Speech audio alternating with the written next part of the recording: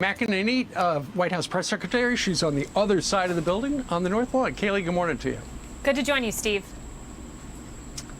Okay, so when the president signed that executive order, does he really intend to implement those things, or is this just another one of those negotiation tactics that Donald Trump is famous for?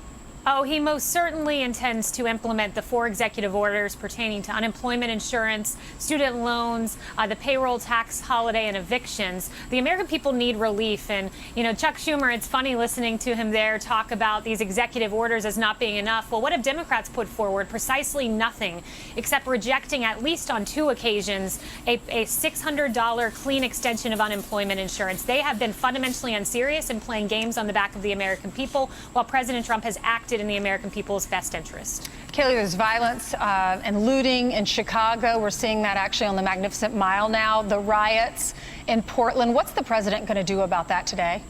Yeah, so the president has put in place Operation Legend, which has so far succeeded in arresting 250 individuals and charging 250 individuals across the country pertaining to civil unrest. Portland, as you know, we've secured the courthouse. But what has been so interesting to see there is finally, it took 70 nights, but finally you have the liberal Portland Mayor Wheeler saying that if you lock police officers in a building and tend to trap them in there, use an accelerant to commit arson, you are committing attempted murder, not demonstrating. It is completely reckless that it took a full 70 days for the liberal mayor to finally acknowledge that that's an unacceptable status quo, and these aren't just peaceful demonstrations, as he tried to show wrongheadedly when he walked among these rioters.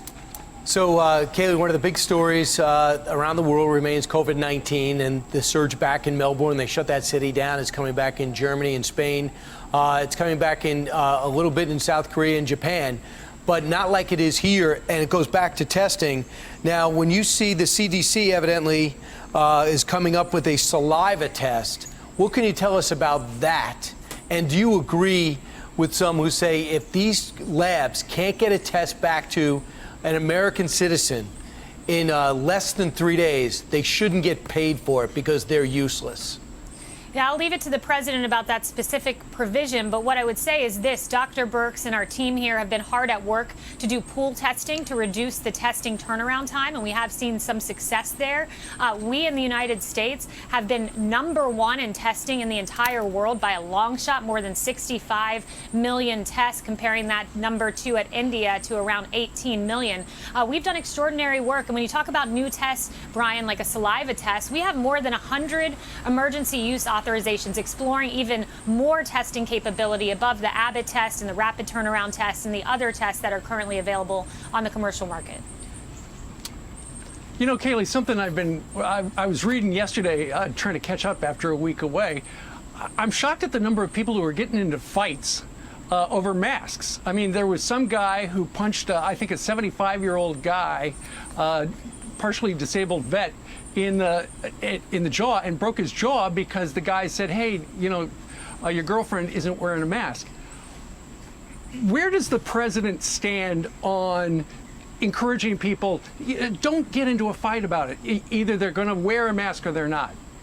Yeah, no one should be fighting over this, but what we should be doing is doing what is patriotic, which is when you can't socially distance, wear a mask. I was with the president last week when he wore a mask when he couldn't socially distance. He's done it several times. That's where he stands, that it's the American people, it's the right thing to do if you're, you know, standing close to someone, and no one should be fighting over it nevertheless. Hey, Kayleigh, what's the deal on the rapid test? Because I know some friends that stood in line for a long time. They had to travel from way out on Long Island down to over to Brooklyn to get in line and get these tests. I know some other people that have had, there are only like 3 clinics on Long Island that are doing this.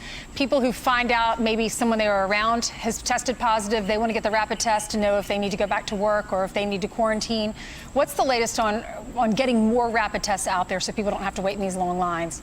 Yeah, so it's important. The rapid tests are available throughout the nation, but we have prioritized making sure that the rapid test gets to places where we have vulnerable communities, like our nursing homes, where we've pushed a lot of this testing to protect America's seniors. But there is, even in our testing system as it currently stands, excess testing capacity, because some of the tests that do take a few days are not fully being utilized. So there's excess capacity in the system, but you're right that surging rapid tests where we can is important, specifically in our nursing homes. So China has sanctioned, in response to our sanctioning some of their lawmakers, they've sanctioned 11 of ours, including Marco Rubio, Ted Cruz, Tom Cotton, Pat Toomey.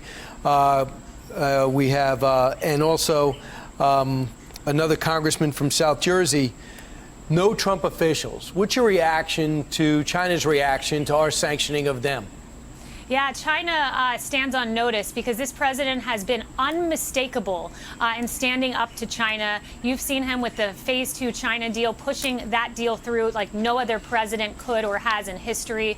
He's taken action sanctioning against the abusive treatment of the Uyghurs, no longer recognizing Hong Kong's autonomous status because of Chinese intervention. So this president has stood unmistakable.